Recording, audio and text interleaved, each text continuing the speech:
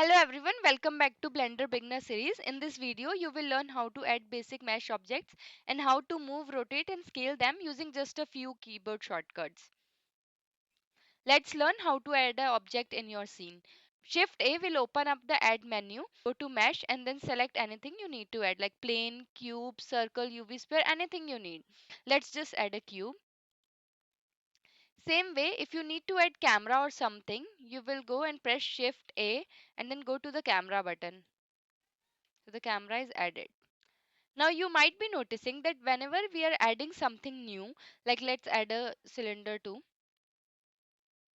it is added where this 3D cursor is placed. Hold on shift and then press right click button. This way the cursor will move wherever you click. Now let's learn how to move the objects we just added. Select the object and then press G. G stands for grab. Move your mouse to reposition the object and left click to confirm the move. Now, if you need to move it in a particular direction like X, Y or Z, then you need to select the object, press G and then press X, Y or Z, whichever direction you need to move it.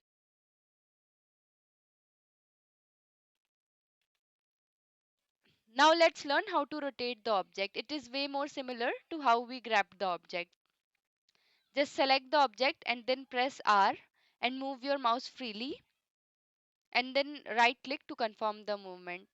Similarly, if you need to rotate it in a specific axis, then press R and then X, Y or Z, any axis you need to rotate it. Next is scaling.